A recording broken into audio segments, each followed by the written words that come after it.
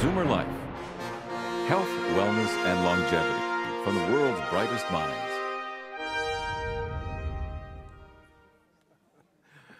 Okay. Thank you. It's always a little ragged after lunch.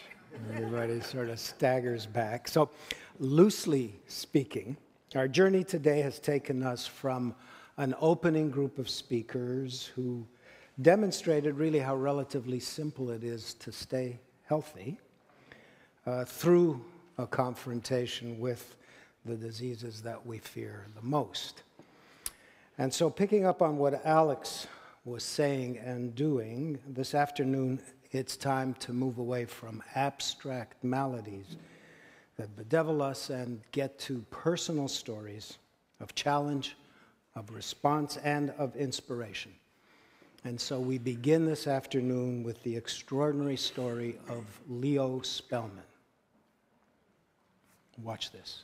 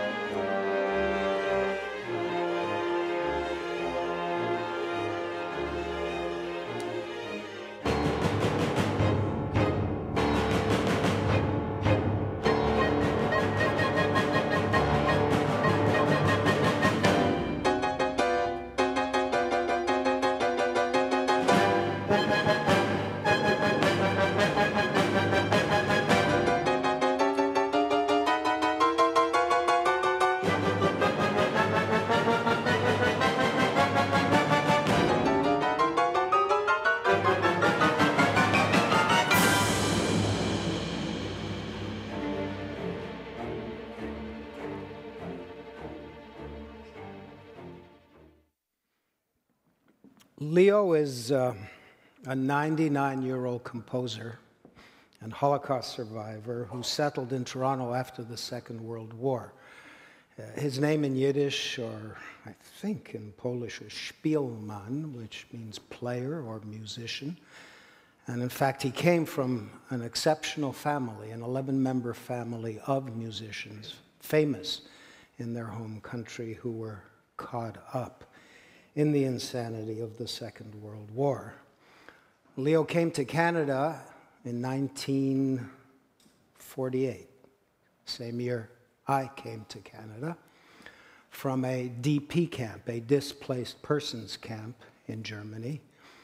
I've tried to figure out whether we were in the same DP camp. I too came from a DP camp, and we both arrived in Canada in 1948. Leo wrote that piece of music, his reaction to what he had experienced in 47, packed it into a suitcase for the crossing, and forgot about it.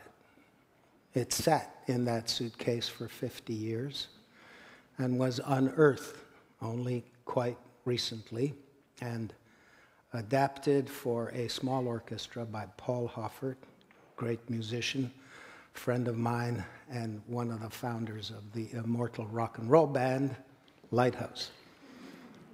And he and Moses Znaimer, brilliant musician, performed that Rhapsody recently at the Ashkenaz Festival of Jewish Music, held at Harborfront in early September.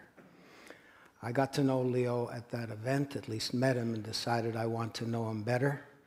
And in particular, I thought I'd ask him for his secrets to a long life. This is an interview that I shot with Leo at his home a couple of weeks ago.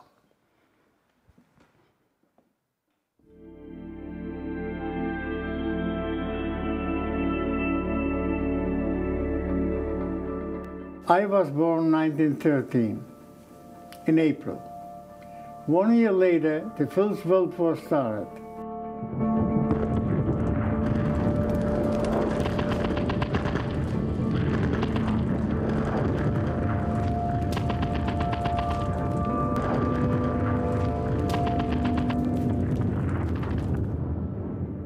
People were starving. My mother was feeding me breastfeeding. That kept me strong. And my father, he was a Kapellmeister in an orchestra, and the engineers were Germans, and they had wives, musicians, pianists.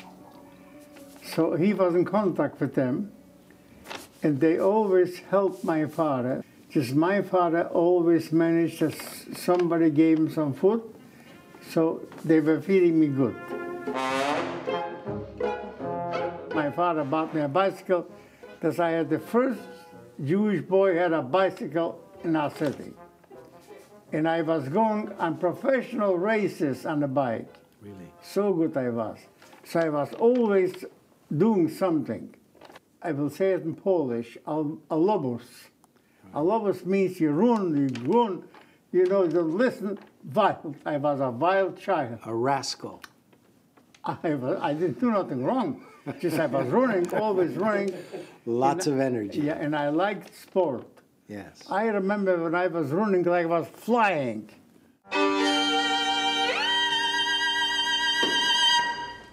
When I was 9, they teach me the violin. Then they taught me the piano. The music, that really keeps me alive.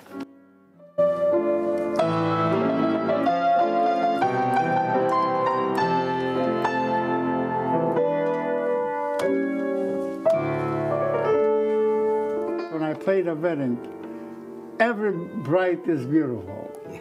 And they kissed me. They came on stage, it's called bouquet. They kissed me. And that gave me life here, too. This playing, and I always was with the public, and I always saw happy people, and that kept me alive, and it keeps me even till now.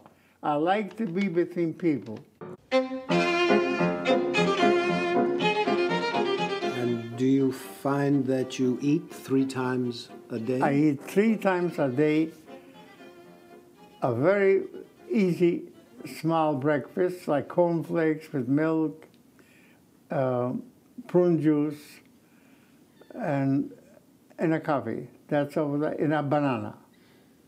At lunch, we have salad, sometimes tuna, sometimes eggs, different things, cream, cottage cheese, that's what I like. And for supper, sometimes chicken soup, sometimes we cook borscht, like in Poland. Just not too much, 5:30, and I don't eat nothing anymore. After sometime I'll catch a little piece of cake with a glass of hot water, no sugar. All my life, the same thing. I was never overweight. I eat everything, just I stopped eating salt.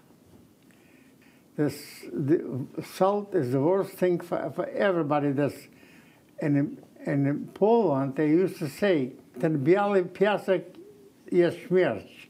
That means the white powder, the salt, is dead. So we have to, it's very hard to eat without salt, Just you get used to it. You drink alcohol? Okay, it's a good question. A good cognac is good to drink every day a little bit. A little bit. Yeah.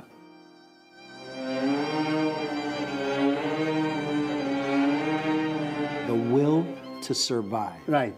Because the pressure that you endured crushed Yeah. many people, hundreds of thousands. Yeah.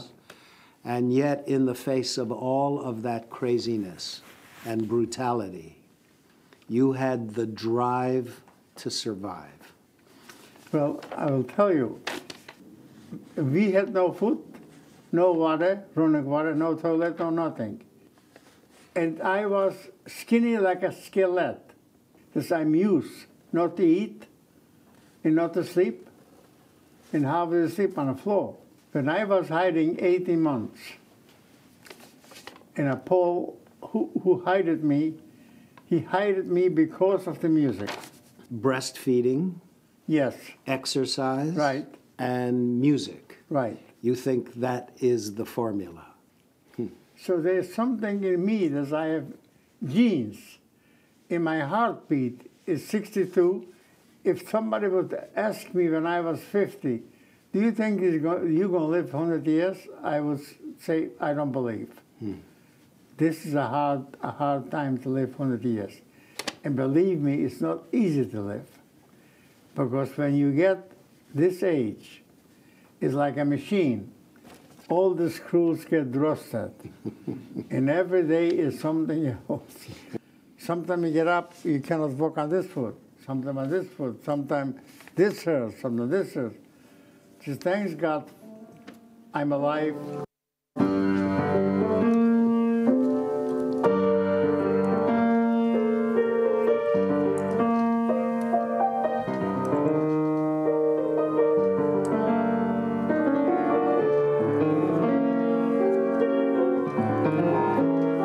My mother and my father, they were killed in the war. If you are a little bit religious, you believe they are somewhere there. I always pray to them, please see I should survive. I should survive. And I did.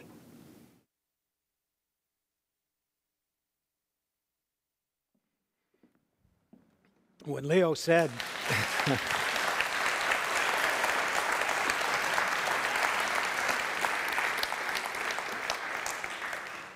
when Leo said breastfeeding, I thought, I can get behind that.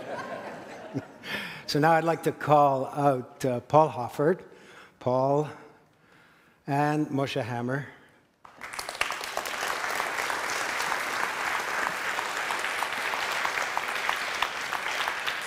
So they're the ones who rediscovered Leo's extraordinary piece of music, and as I say, staged it.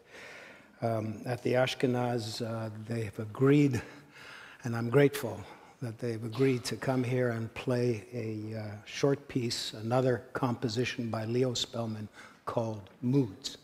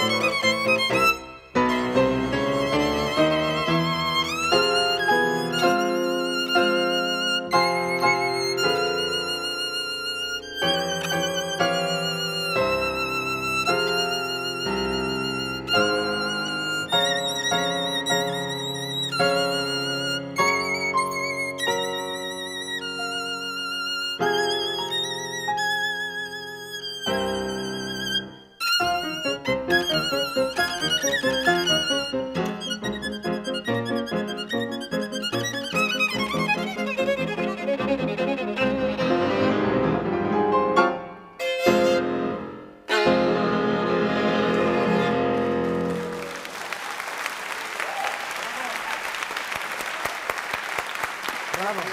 Bravo. Hey, guys. Let's get a picture. Thank you. Thank you.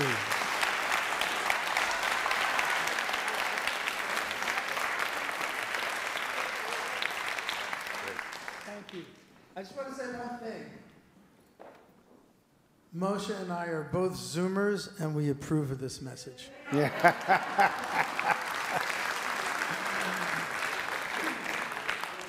Leo is a man of very firm habits.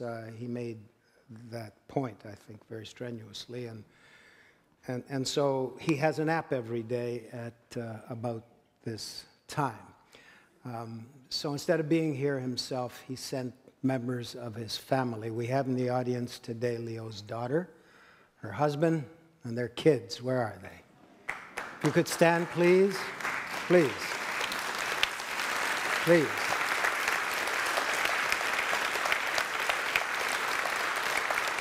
And if you could convey to Leo our amazement and appreciation for his work and for his story. Thank you. That's great.